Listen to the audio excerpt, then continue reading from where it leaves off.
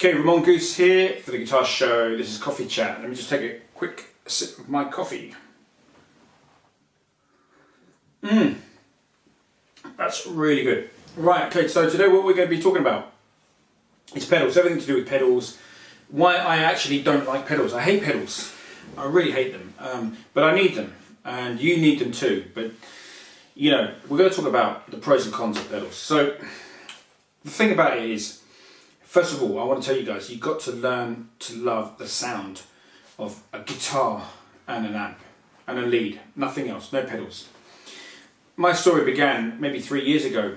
I was doing a lot of gigs, had this thing called a Gig Rig 2, which is actually a great piece of kit, still got it. Had a load of zillion pedals on this thing. It was like NASA mission control, all lit up like a Christmas tree.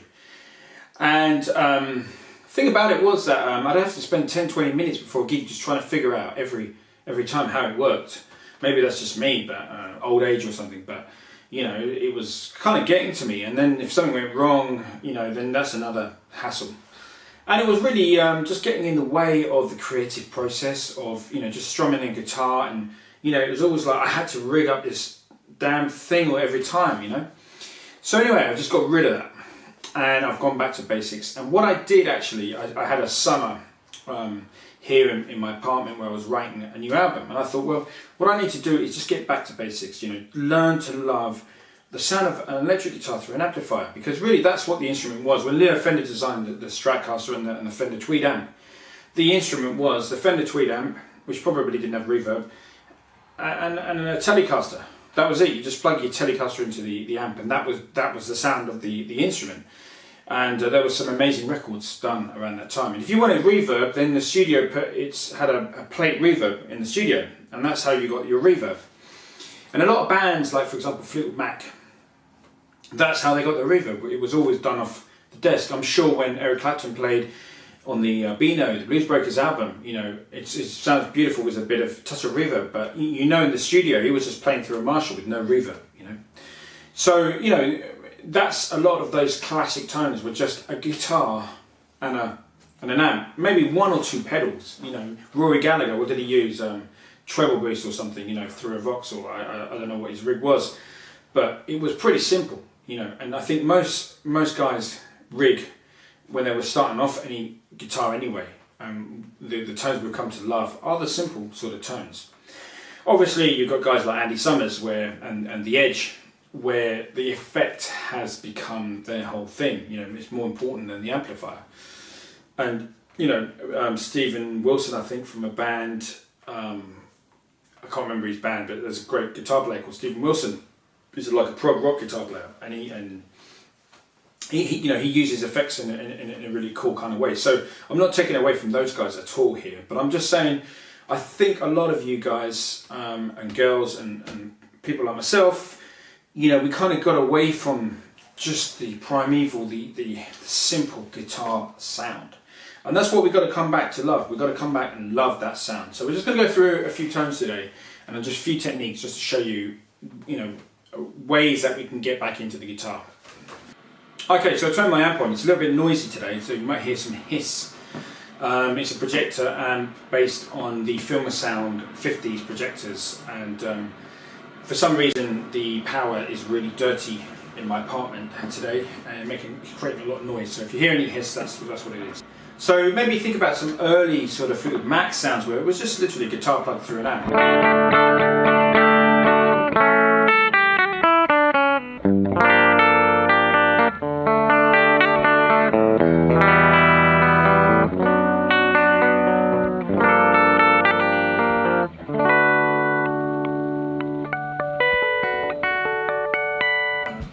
You know, and that kind of thing. So, you know, think about the Beatles. You know, a lot of the Beatles records and the Stones, a lot of it that was done with, you know, hardly any pedals, if at all. You know, obviously, you know, the classic, you know, that was done with a fuzz pedal.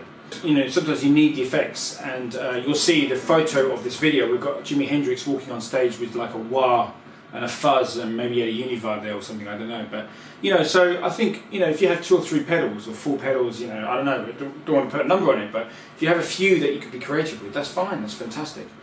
But if it gets to the point like it did for me, where you've got this whole crazy system with 10, 20 pedals, I mean, it's just ridiculous, and you're missing the point, I think, about music. So this is what I discovered when I got rid of all that rubbish. Just got rid of it all. Came back just to the guitar and the amplifier. I thought about my right hand because, for me, it's all about the groove. The kind of music I play, it's about the right hand. It's all about the groove. And when you have pedals, you don't, you kind of forget, what you should be doing on guitar, which is rhythm. Okay, guitar. 90% of the time, guitar is rhythm. We're backing up a singer. We're playing in the rhythm section. It's a rhythm instrument. So we don't need, once you start putting effects on your rhythm guitar, then you're kind of you're making it sound weird. Think about Prince playing rhythm on Kiss. I think he just played through the desk. I don't think there's some effects, weird effects later on, but a lot of those Prince sort of early guitar parts were just straight through the desk with zero effects. And sometimes that's what you need to cut through the mix and for it to sound cool. So I was thinking, you're just using my right hand and just playing rhythm guitar.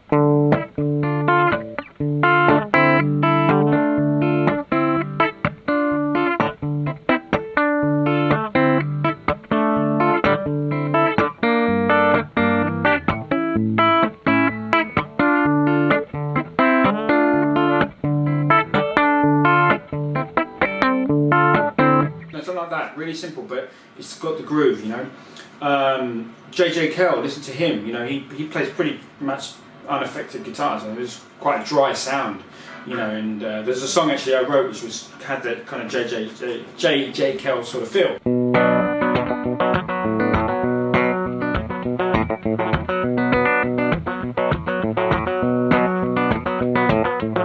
Now, there's no effects there, but it's got a groove. So your focus, when you don't have effects, the guitar, you have to get all the effects out of the guitar,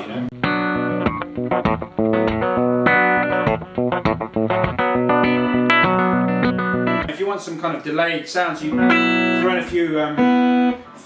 a few open strings.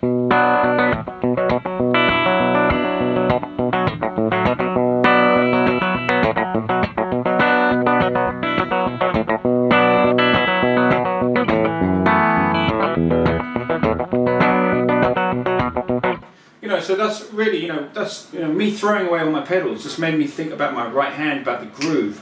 It could be that you want to play with a plectrum. You don't have to play with your fingers. So, you can do the same kind of thing.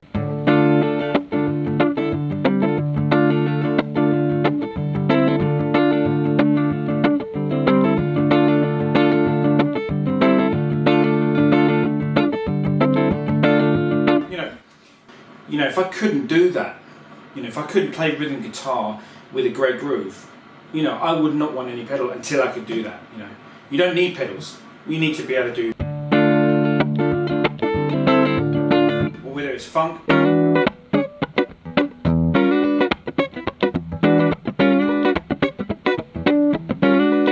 it could be country.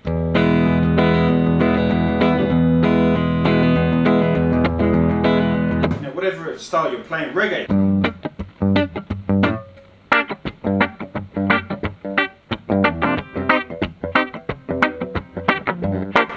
All these kind of styles, you don't need a fuzz pedal, a delay pedal, a flanger, whatever gizmo you want to call it.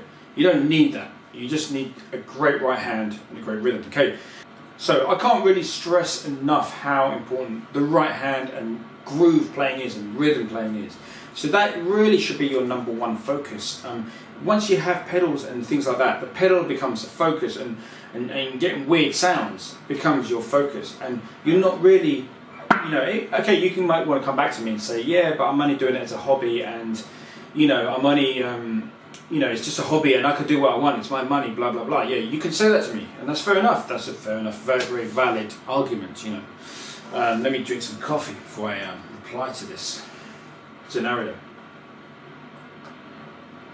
Okay, so you're coming back at me and you're saying I don't need to play rhythm guitar well because I'm more into delays and I'm more into like flanges and choruses and all that stuff, so rhythm's not so important for me, Well, I'm going to come back at you and say no, that's absolutely BS, because you know, the whole thing about music is about playing with other people. So even if it's, you know, you're playing with your grandmother, or you're playing, you know, down at church, or you're playing at a party, you know, you've got to play in time. You've got to be playing together in time. Now, some of you may be weak at time and you may not have a groove. It might not be your fault. You're just born with no groove. You know, this happens, you know. And in that case, you need, as a guitar player, you need to help with that groove. You know, you need to have a really solid foundation, you know. So, you know, it could be you're playing a rock and roll song.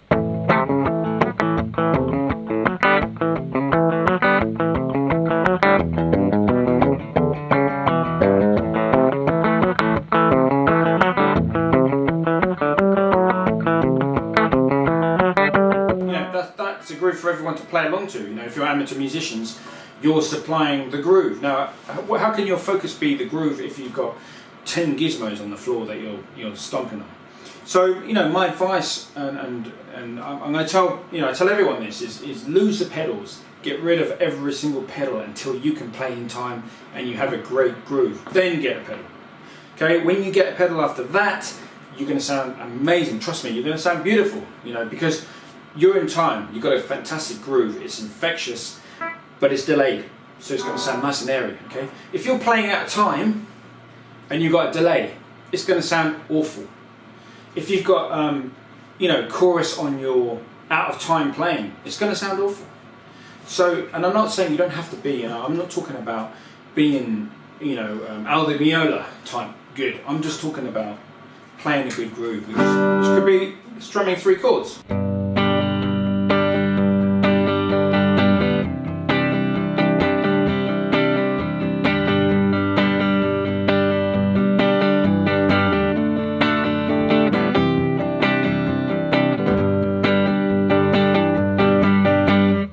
That's, and again, once again, you can come back at me and say, yeah, but I'm not a professional musician. You know, think about piano. Okay, a piano, you know, it's got a sustain pedal. It's got pedals, and it's got a sustain pedal, and it's got a dampener. Okay. Well, this is our sustain pedal. Listen, that is our sustain, and our dampener is this. That's all you need. You got your sustain, you got your dampener, you know, whatever you want to call it, and you got your dynamics. You can pick softly, and you can pick harder. You know, so that's your effects. Your effects are right there. They're the only effects you need. Now, what about lead guitar playing? Okay. Now, I used about 5 different effects there. I use bending, you know, vibrato after a bend, slide. You know, so again, once again, you've got all your effects at your fingertips. You do not need, until you can, you know, really get a nice tone and play in tune. If you're playing out of tune, if you're bending out of tune, and you've got a delay on or an effect, it's going to sound worse. In fact, it's better to bend out of tune without effects than bend out of tune with effects. Trust me, I know this. So, you know, there we come back to it. So you need to develop a really rock solid, you know, sound. And I'm not talking about something complicated. I'm just talking about something very simple here. Simple way of playing, using your right hand. Get a good groove, you know. And that's really has been my focus sort of since getting away from pedals. I've just really thought about really nice rhythm guitar parts, and, you know, whether it be sort of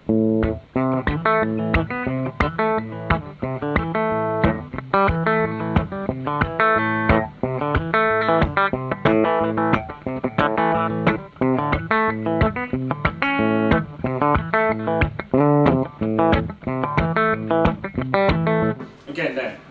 So the dampening, the kind of sort of slap, whatever you want to call it, muting, you know, these are all effects that, you know, you can put into your playing, and just get back to the groove, get back to the reason, you know, get back to how the Leo Fender designed the electric guitar, you know. Okay, so you're going to tell me I'm playing thrash metal, I need those thrash effects, and fair enough. Okay, so if the style dictates, so be it. Then you're going to have to use some pedals, you know what I mean. So, and I'm going to now show you my pedal board. We're going to have a look at my pedal board, and I'm going to show you how I do use effects, because I've been ranting about this and how you shouldn't use effects, but me myself, I actually do use effects. Okay, so I'm going to show you what I use. Okay, guys, so this is actually my pedal board. This is pretty much it. I've got a Zuma power thing. this is really, really great. It's a little bit flimsy.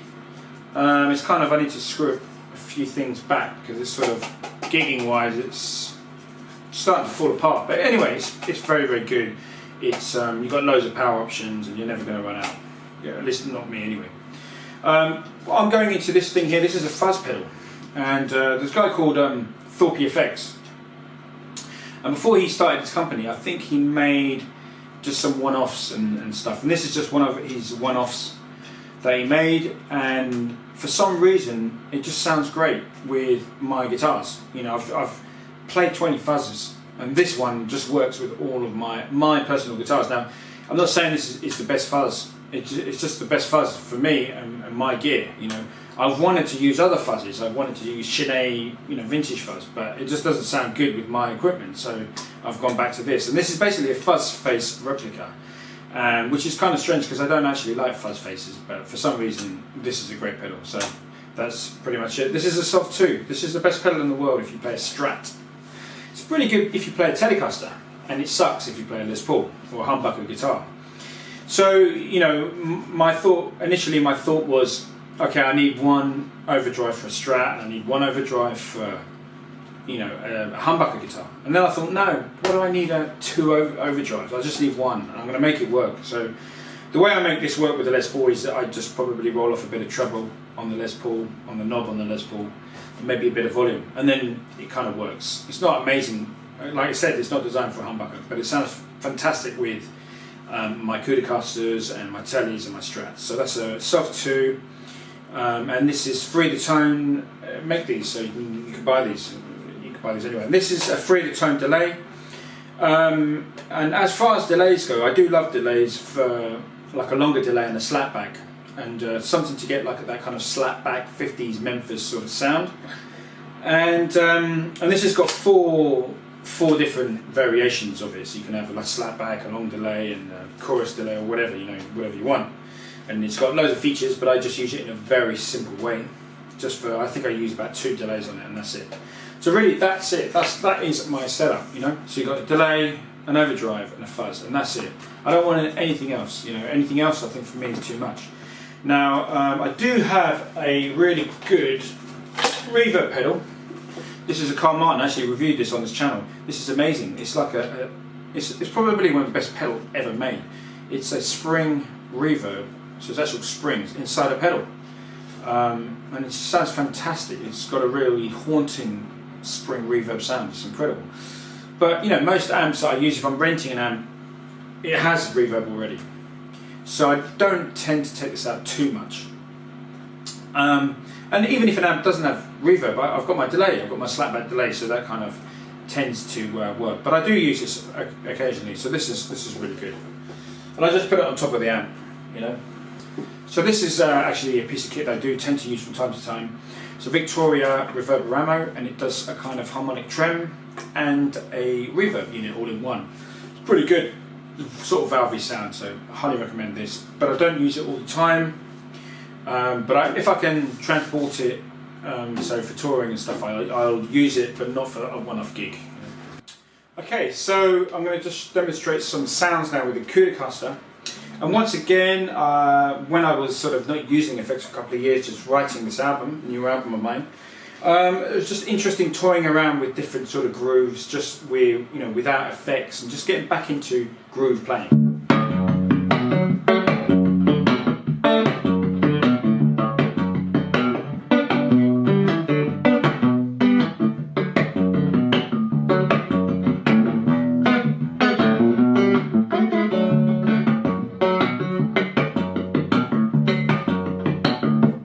So there you can see, you know, I think playing without effects has had an amazing effect on my playing. I'm not trying to brag here or show off or anything. I'm just, you know, this is a video to maybe help you guys. I hope, you know, some of you are going to disagree with me and say I'm a total a-hole, but that's cool. You can do that. Never delete a comment. You can say what you like on this channel. But you know, that's where I'm at now. I'm just going to show you now a scenario where I actually do need effects. And again, this came out of the period where I wasn't using any effects, but just really concentrating on that right-hand groove. So, just give you an example of this kind of groove.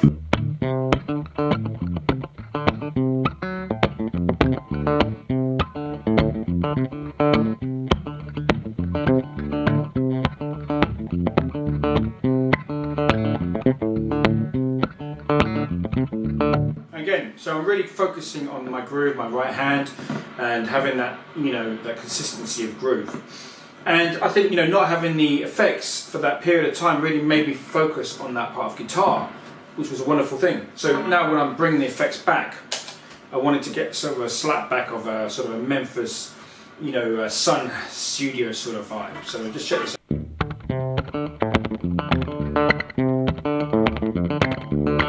Okay, so there's my sort of Sun studio thing. And then I wanted to have that punk sort of edge, a real sort of punky garage sort of sound. So it kind of, I've got my basic groove and I'm going to fuzz it all up now.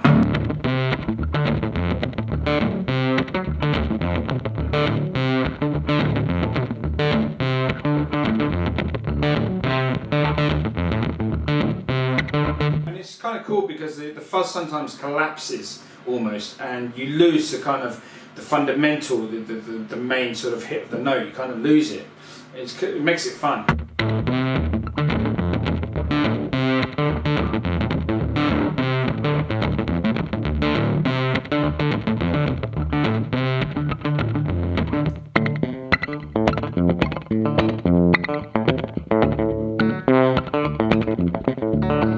And this kind of is a really sort of temperamental pickup.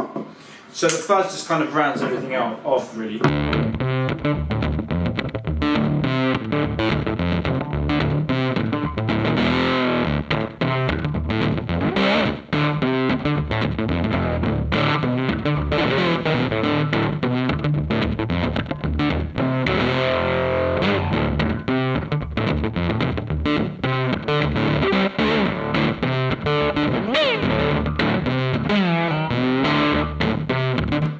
Okay, so there you can see where, I'm really going back to basics. And with my overdrive, the way that kind of works with the rig, the Soft 2, which you saw earlier, again, it just gives me a little bit of a gritty sort of sound. So, say for example, that earlier riff.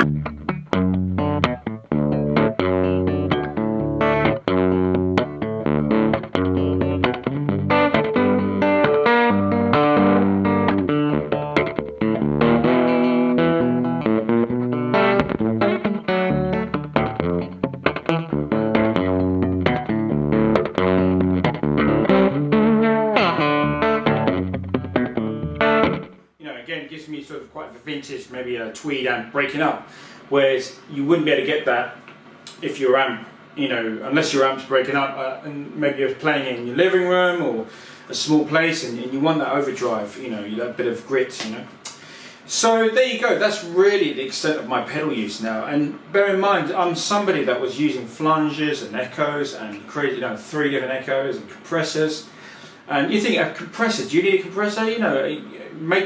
Get a smaller amp, get a valve amp, and get a smaller amp, get a 10 watt amp or a 15 watt amp, and then your amp's naturally going to compress. Because when you got it up loud, it compresses, the valves, everything compresses, so you don't need a compressor, there's your compression, I think there is, there's definitely a place, there's guitar players like I said, Andy Summers, and then Dominic Miller, who replaced Andy Summers with Sting. Those guys use chorus and delays and compressors in a beautiful way. But for me, really, I've just kind of gone back to basics. I just prefer the original guitar sound, and just just playing with no effects, and I think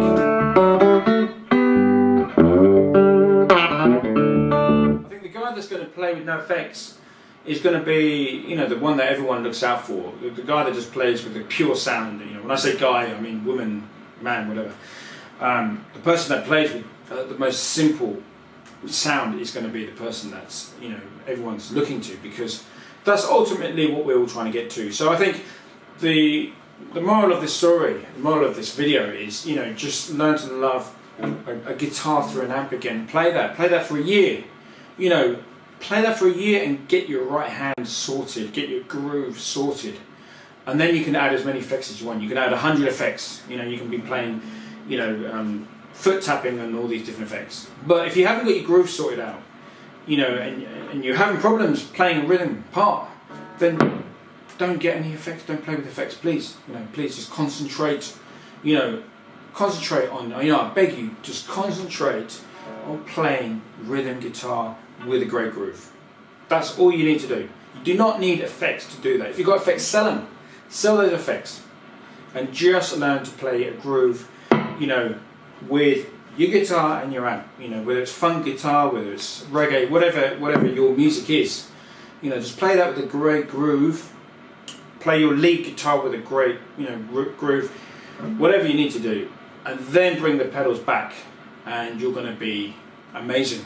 You're going to be incredible. So that's just the kind of moral of this story. You know, if I can, you know, I've been playing for many years. I've played a lot of different situations, and you know, I'm trying to give you my experience here. And I know you guys probably got more experience than me. Some of you have got less.